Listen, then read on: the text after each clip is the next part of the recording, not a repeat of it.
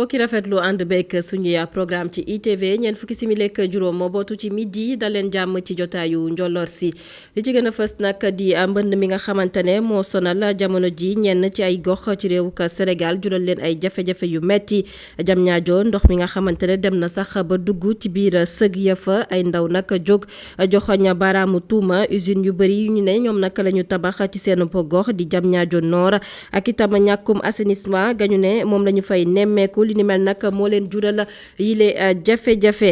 coowal guerre ca I2AF Lamine Diack ma jiite woon nag kër googe ak doom ji di Pape Massata Diack ëllëg ci àllarba gi la ñu nar a xam fi wànnent di mujjee ki gëtam ci boobule coow juróomi at gannaaw gi nag ba tey Pape Massata Diack moom nag ma ngay raggu ci tuuma yi nga xamante ne moom la ñu teg ci seen ndodd daan ci ànd ci biir jotaay gi ak Abdoulatif Diop Baba Ndiaye daañu ànd ak moom ci jotaay gi itam ñeel ponk gu mujj gi li yéene kaay yi xëy fësal tey ji yemoo ko talaata fukki fan ak juróom ci weeru septembre atum 2020 mbokki bisimila ci jotaayu njolloor si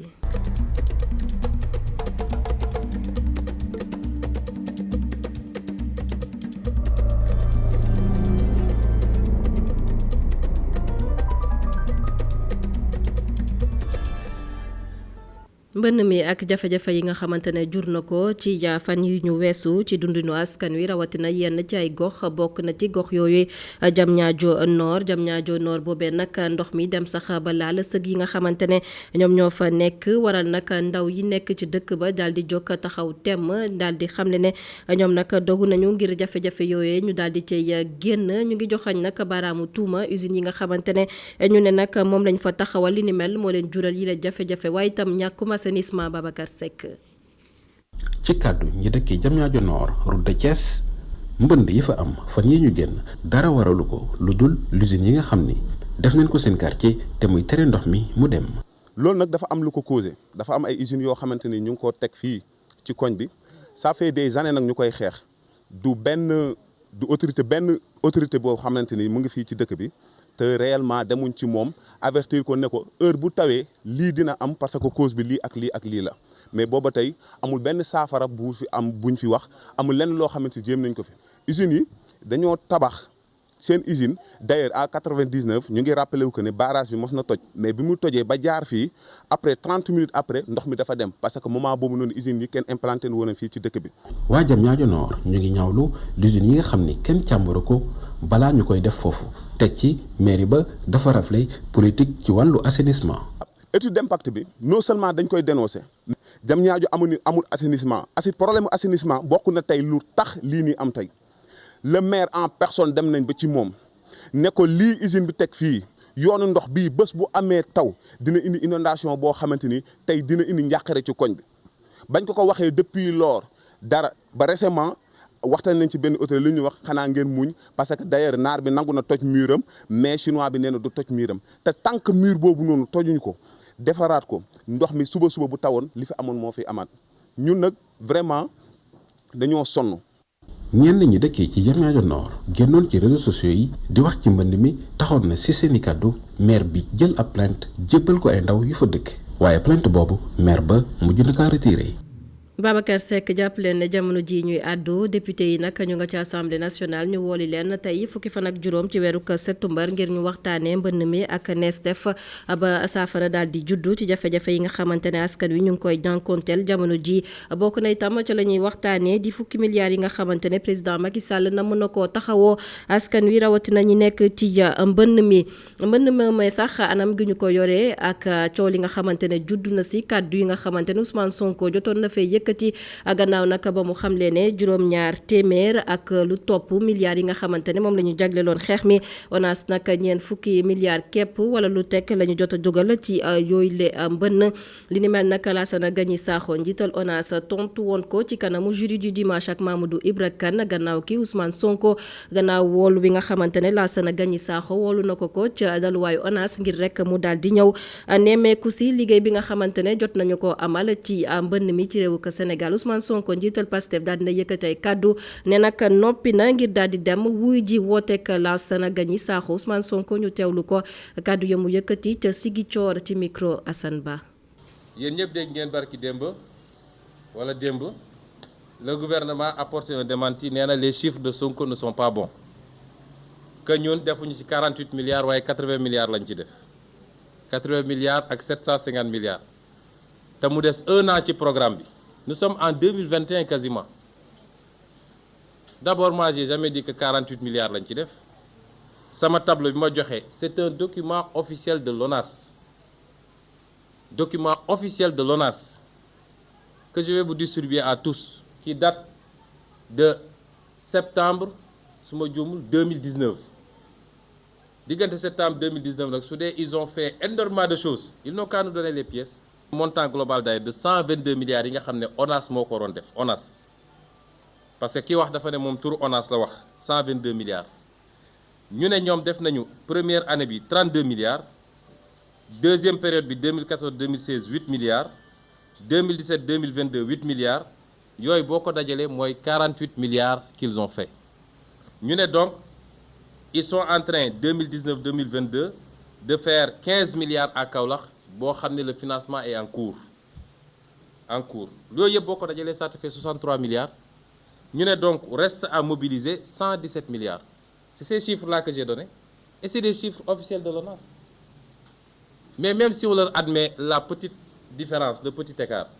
ku digoon Sénégalais yi naa def 750 milliards, il y aura plus d'inondation. Et à 1 an de la fin d'un programme de 10 ans, amoo la wax lu dul def nañu 80 milliards, tu as échoué. ca Kolda moom ay daw ñoo daal di jóg taxaw temm ngir dugal seenub loxo ak seenub doole ci xeex bi nga xamante ne ñu ngi koy xeex li nga xamante ne moo di mbënn mi waaye itam lu jëm ci xeex gu ñu sumb jagleel ko doomu jàngoro bi di coronavirus. jamono ji nga xamante ne nag waxtu bi xam ngeen ko nawetaan lañ doon amal yooyu leen ndaw nag dañoo sóob seen loxo ngir rek set setal seeni ay gox waaye itam taxaw askan bi nga xamante ne ñoom ñoo nekk ci jafe-jafe ci njiitalu Abdourahmane Doura Baldé ci la li ni mel amee waaye tam ci teewaayu suñu ndaw ba ñu teewal ca Kolda Seydou Diatta. ginnaaw mbooloo mu takku mu fësal seen ànd ci doxalin gu ni mel teg ci bëgg-bëgg boolo bokk jëmukaay daanaka kuréel bu ñuy duppee mouvement Kolda Debout mujj na def doom Kolda yépp benn ngir xàccandoo songandoo jëmale ci saafara jafe-jafe yi ci duwaan gi tàmbale ko ci xeex daan corona ak sibiru waaye it mbënd mi rawatina njeextal gi mu amal ci tali yi loolu yépp tënku ci lu ñuy duppee vacances citoyennes. ren xam ngeen ni maladie feebar bi mbas mi mooy ñu occasion pour ñu def les sports mais ASC yi jàpp nañ ni ñoom buñ dugalee seen loxo ci wàllu assainissement et activités citoyennes dina amal njëriñ askan bi. ñu xeex aussi mbas mi dañuy distribuer aussi ak ay masques ak ay gel lutter contre le paludisme mais dañuy def reboisement jàppale waale population yi pour ñu mën a dem ak dikk ci seen quartier yi sans difficulté. gis ngeen sama ginnaaw gis ngeen camions yi am na fu ñu versé fii nii xale yi ñu ngi ci. ma ñëwoon fii ànd ak monsieur le président du conseil départemental ak monsieur le maire pour procéder lancement programme nawetaan bi nga xamante ne mouvement Kolda Debout moo ko taxawal ñu tuddee ko nawetaan daan corona ak paludisme. bu nekk programme bu am solo parce que gis nañ ni nawet lañ nekk moo tax mouvement bi indi na ay matériels yu bëri gis nañ fi ay moustiquaires yu bëri gis nañ fi ay masques muy wane ni bu ñuy xeex corona ci jamonoy nawet dañ ko war a boole sibiru mu nekk lu am solo.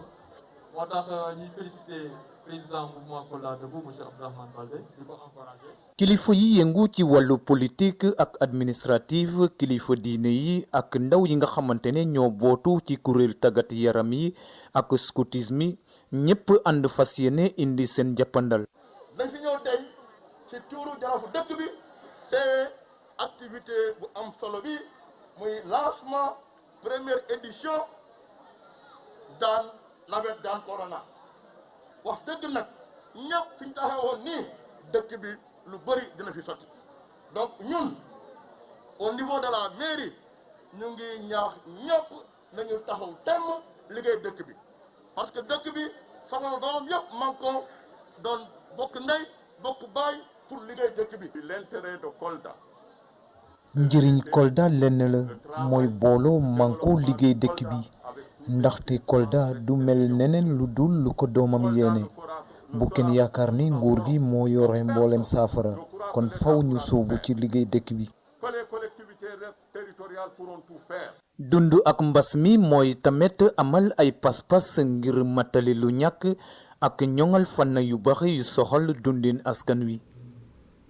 Seydou Diatta gan yoon la ñu war a mën a jaar ba mën a sukkaliwaat secteur bi nga xamante ne moo di secteur tourisme ndax bokk na ci secteur yi nga xam ne moom la mbas mi gën a gàllankoor ci réewuk Sénégal mënees nañ koo jàpp sax secteur bi mbas mi gën a laal jamono ji bu ñu sukkandikoo ci kàddu ki nga xamante ne moo di Pape Mawo Diouf moom nag xam-xamam dafa màcc ci wàllu communication la mu jàpp nag moo di jamono ji jot na réewuk Sénégal daal di nag gestu ci gox yi nga xamante ne ñoom ñoo nekk ci biir réew mi ngir mën a sukkaliwaat lu jëm ci wàllum tourisme gën a jaay li nga xam ne moo di taaru yooyu le gox. Papa Mawo Diouf moom nag gan la woon ci matinal bu iRadio ak Alassane Samba Diop gannaaw gi la dénk ay kaddu Babacar Fall. secteur tourisme moom dañ ko touché bu baax gannaaw bi nga xamee ne touché nañ ko autorité état bi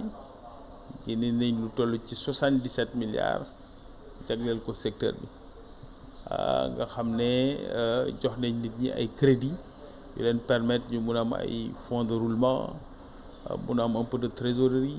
ba pare état daal di jàppale salariés yi pour ñu maintenir leen ñenn ñi nga xam ne mënuñoo xëy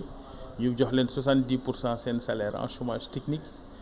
loolu tamit secteur privé bi nangu ko ànd ceeg état bi loolu yëpp def nañ ko ci accompagnement mais ñu boole ci tamit promouvoir tourisme interne xam ne Sénégalais yi ñu ngi commencé di jëfandikoo ñoom i tamit bërëbu nopplukaay yi nga xam ne mi ngi ci réew mi ba pare di xam seen biir réew loolu dina dimbali nit ñi tuuti waaye ñu ngi yaakaar quand même ñu génn ci situation bi rapidement mun a touché waat les marchés touristiques internationaux pour que ñu mun a dellu ci niveau yi nga xam ne ci lañ daan nekk. ndax ñàkkum leadership du nag li nga xamante ne moo waral Sénégal nag am jafe-jafe ci wàllum sukkandiku loole nag di laaj bi nga xamante ne Pape kii di Samba Tall Sarr moom moo ko daal di samp moom itam gan la woon ci matinal bu iRadio nekk consultant ci wàllum ressource minérale moom nag jamono ji la mu xamle moo di réew Sénégal am na matukaay ak it jumtukaay yi nga xamante ne mën naa may am réew mu daal di sukkandiku waaye nag jamono ji jot na ñu xoolaat doxalin gi daal di koy joyanti gan la woon ci matinal bu iRadio moom itam dénk nay kàddu Babacar Fall. waaw taxawaay bi mooy que ni jàpp nañ ni les pays n'ont pas d'amis ils n'ont que des intérêts bu fekkee ni tey jii ci sunu askan sunu réew dañu am ay ressources yoo xam ne dafa nekk ci géej gi comme ci jéeri ji ñun yàlla desalatuñu dara bu fekkee xam-xam bi mu ngi fi ressource bi mu ngi fi lu mel ni or ñu koy wax ci réew mi lu mel ni zircon ñu koy wax ci réew mi lu mel ni phosphate marbre pétrole gaz fer yooyu yëpp dëxëñu ci réew mi yii ci wax ay millions de tonnes yi ay milliards de mètres cubes yi ay milliards de barils je pense que ni réew moomu bu fekkee ni amul problème mu ressources humaines amul problème mu ressource naturelle war na mën a décoller pour pouvoir dem ci foo xamante ni kenn yaakaaru ko war nañu mën a nekk sa tête de peloton de l'Afrique voire du monde parce que lépp loo xam ne xarañte la mu ngi fi ressource bi mu ngi fi kon jàpp nañu encore une fois de plus Sénégal warul dal ginnaaw. mbas mi di coronavirus tolluwaay bi ci réewuk Sénégal benn doomi aadama moom moo yokku tey ci lim gi nga xamante ne ñoo faatu ndax coronavirus yóbbu ko ci ñaar téeméer ak juróom-ñeent fukk ak juróom-ñett bi mu duggee ci réewuk Sénégal ñaari fan ci weeru mars ba tey ci bésub tey nag test ya ñu jot a amal ci juróom-ñaar téeméer ak ñaar fukk ak juróom-ñaar lu toll ci fukk ak juróom ñoo ci daal di génn amee feebar bi di coronavirus juróom ya nag di ay cas communautaire ñaar fukk ak juróom-ñett jamono ji ñoom ñoo ne ci sauvetage téeméer ak ñaar fukk ak ñeent juróom-ñeent wér nañu nag ci bésub tey ndax ci coronavirus bu ñu sukkandikoo nag ci direction bi nga xamante ne moom moo jore wàllu wér-gu-yaram ci armée moom nag daal nay joxe ab xibaar xamle de ñaar téeméer ak juróom-ñetti militaire ñoom nag jot nañoo dellu siwaat ci mission nag te dañu leen a testé positif ci doomu jàngoro bi di coronavirus. ñu waxtaanee beneen xibaar di chicha di xeetu tux moomee nag nga xam ne dañu koy faral di nemmeeku li ni mel nag ñu daal di koy tere moo tax nag ñu daal di wàcc ci yenn ci ay mbedd yu Ndakaaru dem laaj ñi nga xamante ne dañu daan jëfandikoo li nga xam ne moo di chicha gannaaw ba dogal bi daanoo seen gis-gis ci reportage bu Aïssatou Diack. ay ndaw ñu fekk leen ñu toog fii ci rue 6 bu Médina di waxtaan ci li nga xamante ne mooy ndogal bi ñu andi ci wàllub chicha ñu koy woowee tamit ci beneen tur muy nargilé waaye nag ndaw yi ñoom nee neen xalaatuñoo wan gannaaw li nga xamante ne mooy chicha tant que ñu ngi koy gis ñu koy jaay. non maanaam duñ ko arrêté mooy tey jii nii suñu leeree ni ñi nga xamante ni ñooy jaay parfum yeeg wala ñooy jaay charbon yi dem nañ ba nga xamante ni tëj nañu loolu noonu ñooñu jaayatuñ ko defatuñu dara bu boobaa mun nañu bàyyi tux mais ñun tant que ñu ngi gis ñi koy jaay ñu ngi continuer di jaay bu boobaa ñun mënuñu ko bàyyi parce que suñu xaalis lañu yor dañuy dem jëndi ñëw toog tux fuñ koy tuxee tamit du nekk foo xamante ne nii leer nañu fii ñu toog nii mun na day déranger wala affaire yooyu parce que buñ koy tux suñu biir kër lañ koy tuxe wala suñu biir nekk wala affaire yooyu noonu mais daal man daal lenn laa mun a nangu mooy mu leer na ni instant yi fi ñu ko daan jëndee ñooñu tëj nañ leen jaayatuñ ko bu boobaa ñun mun nañ ne bàyyi nañ tux. waa ji nag moom nee na bàyyi na li nga xamante ne mooy chicha ba tax na gis na ne décision bi daanaka mooy bi gën. loolu la ba nga parce que dafa danger quoi moo tax ñu tere ko parce que ñun bu ñu koy tux sax dañuy sonal amaana suñu parents dañu ne bàyyi waaye ñun ñooy dëgër bopp di ci tux boo gisee ñu koy tere parce que luy gën ci ñun la parce que suñu wéru yaram la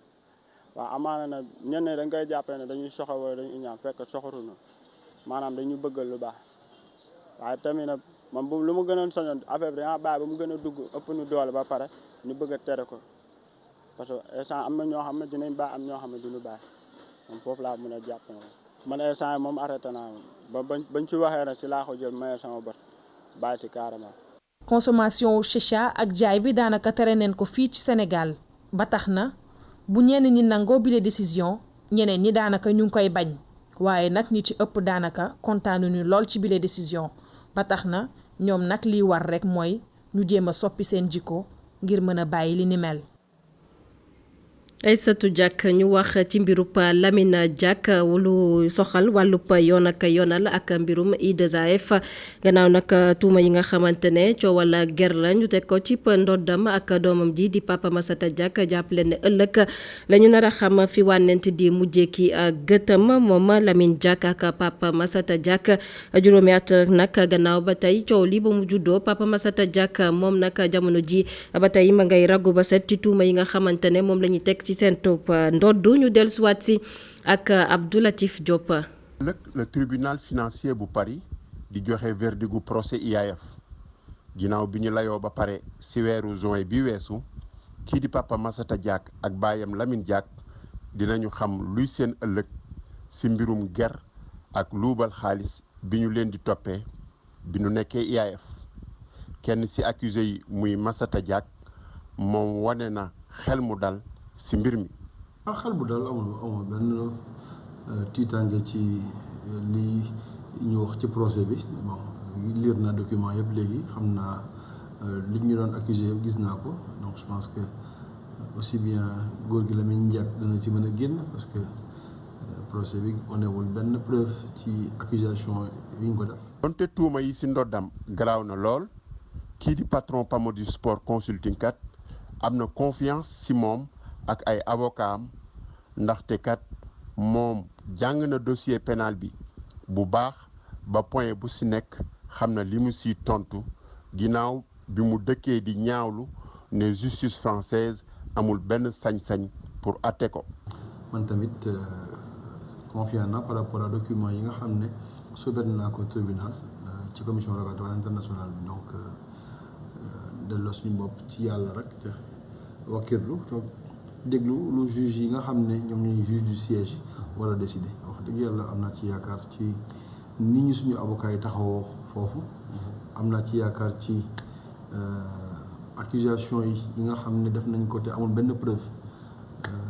gëmuma ne juge yi dogal danañu dogal sur la base d'un dossier sans preuve donc je pense que France dafa yàkkamti rek ba dugg ci lii yaakaaroon ne waa agence mondiale antidopage leen leen wax ci ñun dëgg la man nag depuis 5 ans changé wu ma position. waaye nag ginnaaw bi ñu gisee procès bi ni mu demee kii di Papa Massata Diack nee na dara du ko bett ba tax na jël na ay matuwaayam yépp bañu ci sax yóbbu mbir mi ci beneen tribunal ngir ragg ab deram ak bu baayam. ba ñu demee ba ci cappaandaw bi gisuñu preuve yooyu donc li ñuy mën def rek mooy def relax pur et simple. loolu nag samay avocat ñoo koy wax man mënuma ci kii c'est en fonction de l'idée délibéré bi wax. Papa Diack nag xelam dal na te bu tëddee nee na dina nelaw mi ngi waxtaan di sottante xalaat ak ay avocat am ba dara du ko bett ci mbir mi.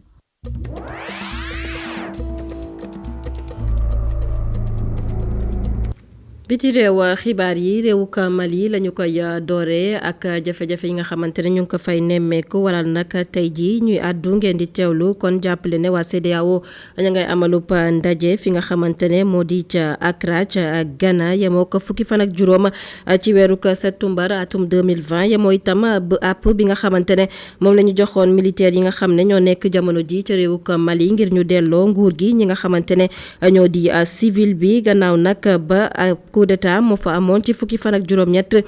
ci weeru août atum 2020 ba ñu nangu woon nguur gi ca loxoy Ibrahim Boubacar Keïta gannaaw réewuk Mali ñu dem ca réewuk Côte d'Ivoire la ñu fay waxtaanee di jongante politique ñeel élection présidentielle fanweeri fan ak benn ci weeru octobre atum 2020 jamono ji nag xam nañu mbër yi nga xamante ne ñoom ñoo nar a bokk ci boobule jongante politique ñeenti mbër lañu kon kii di njiit la réew ma jamono ji Alassane Dramane Ouattara dina bokk ci ñi nga xamante ne ñoom ñooy samp seen ndënd conseil constitutionnel moo ko daal di fësal ñi ràññaatle nag ñi nga xamante ne seen i ay document maanaam seen i ay këyit dañu leen ko lankal kon duñu bokk ci mbër yi bokk ci yooyu la jongante politique di bokk na ci Laurent Gbagbo ki fa nekkoon njiitu réew ak ki nga xam ne moo di Guillaume Soro kon itam ñeent fukk ak ñeenti candidat ñoo sampoon seen ndënd wala bokk ñoo façon yéene bokk ci yooyu la jongante politique waaye nag jàppale ne ñeenti candidat képp le conseil constitutionnel nangu seen candidature ci yooyu la élection présidentielle fanweeri fan ak benn ci weeru octobre ca réewu Côte d'Ivoire.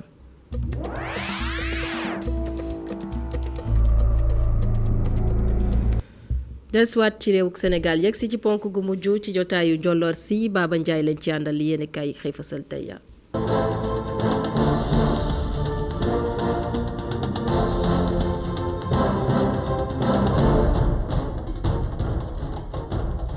mbaa yéena nga ca njiitu réew Macky Sall tournée yi mu doon amal ci biir réew mi te mu dakkal ko ndax mbas mi samedi ak dimanche gi ñu dëgmal dana ko tàmbaliwaat soleil national nañu bile yoon nag Sine Saloum la jëm ndax moom njiitu réew mi Macky Sall samedi jàpp dimanche dana dem ca Fatick ca Kaolack ak ca Kaffrine te bu ñu sukkandikoo ci xalima yaa xam ko du nee na mbay ni njiitu réew Macky Sall altine gi ñu dëgmal lay tegaat tànkam capital bu Sénégal Dakar ay dëgg du rombi nopp Ndongo Samba Sylla moo xëy yebbi dëggam ci xët bu njëkk enquête au quotidien jëm ci koppar éco ak mbas meeg tolluwaayam ci Sénégal laas ne en tout cas opposition bu Sénégal jamono ji ñoo ngay tamal tey dëmb ak xaxarante maanaam ñoom ñi sëkk opposition bi seen diggante jamono ji dafa ñagas dafa naqari ba tax ñu yàkkante kàddu yu mel ni xeme benn bu dem beneen di laas ne opposition bu Sénégal ñoom ñëpp a suux ci mbënd mi ndax ñoom ñëpp seen gis-gis dafa waroo te yore ni mbënd mi ci réew mi lu ji njaak mooy njaak les économies ca Ziguinchor gi mu demoon moom ji di Pastef Ousmane Sonko ngir dajeek askanu Ziguinchor gi loolu ci mbënd mi fa la yëkkate ay kàddu yu mel ni xeme yàq ko l'opposition bu Sénégal ji di Pastef ne toog ci der ba noppi di jëw yàpp loolu la ji di Pastef def bu ñu sukkandikoo ci les échos ne ji di Pastef ne gars yu bëri nekk ci opposition bu Sénégal njiitu réew Macky Sall la ñuy liggéeyal te moom Ousmane Sonko ji di Pastef la ñu def wujju ba tax lépp lu mu yëkkati ñu daal ci xëpp suuf Ousmane Sonko njiitu Pastef yamu ci ndaxte nee na am na ñu bëri ñoo xam ne ci opposition bu Sénégal la ñu bokk te njiitu réew Macky Sall moo leen di financé maanaam moo leen joxoy koppar te ku la abali gët fu mu ko neex ngay xool te lu jëm ci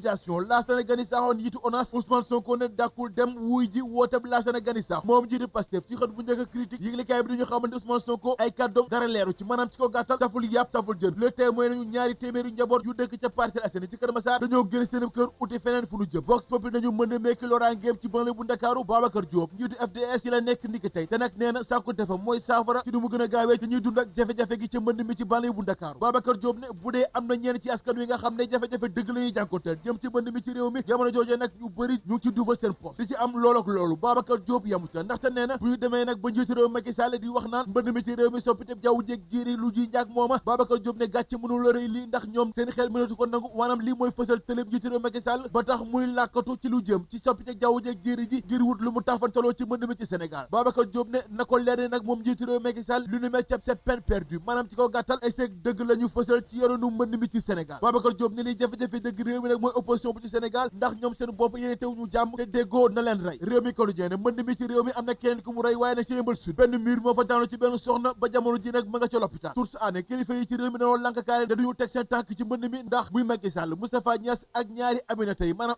Aminata Tall ak Aminata Touré ñoom ñëpp dañoo sori ñu loru ci mbënd mi maanaam ci ko gàttal dikkuñu masawu ñu loru ci mbënd mi laatur bi nañu en tout cas njiitu réew Macky Sall ma nga liste bi nga xam ne moom la fas yéene samp ginnaaw gouvernement bu yees bi ñu ne dinañ ko samp ci biir réewum Sénégal te gouvernement bu yees boobee nag yëglekaay bi nañu ay farandoo Abdoulaye Wade yeewoon di Omar Sarr ak maître Amadou Sall ku leen yeboo seetu leen ci ndax dinañ ci bokk te moom njiitu réew Macky Sall ay gëdëm nag mu ngi ko teg ci capitale bu Sénégal di Dakaru ndax moo ko tere nelaw critique ne juróom benn weer bi moo des suñu diggante élection locale yi ñu dégmal waaye jogante yooyee boo sàggee du am ci réew mi ndax xayma bi ñu war a def ci processus électoral bi ak audit bi mooy nar a tax ba élection yi duñu ko amal ci date ba ñu ko jàpp critique ne en tout cas société civile ne bëgg ñu dégg mu dàkk élection ci réew mi ndax date ba ñu ko jàpp nañ ko fa amal les échos enquête ñu ngi ci liggéey ñu sumb jëm ca jumaa ju mag ja nekk ca Tiwaawan dëkk bu tedd ba yëglekaay bi ne ay waxtu yu néew lu toll nag ci benn milliard ak genn wàll la ñu dugal ci liggéeyu jumaa ji enquête ne liggéey ba ñu sumb nag fii ak at ak genn wàll lépp dina nopp libération xëy dikkaat ak ñun ci professeur EPS bi nga xam ne boroon sàkku ay ndongom yoo xam ne ay mineur lañu yëglekaay bi ne waa ji nag jamono ji mu ngi ci kaso bi te auberge bi mu doon yóbbu xale yi ca Mbuur waa ji doon gérer auberge bi jamono ji mu ngi ci loxoy yoon les échos ni liir bu tey xepp dem ba yàqu la ñu fekk ca seen ya nekk ca Mbëbës mais da ngay seet loolu rek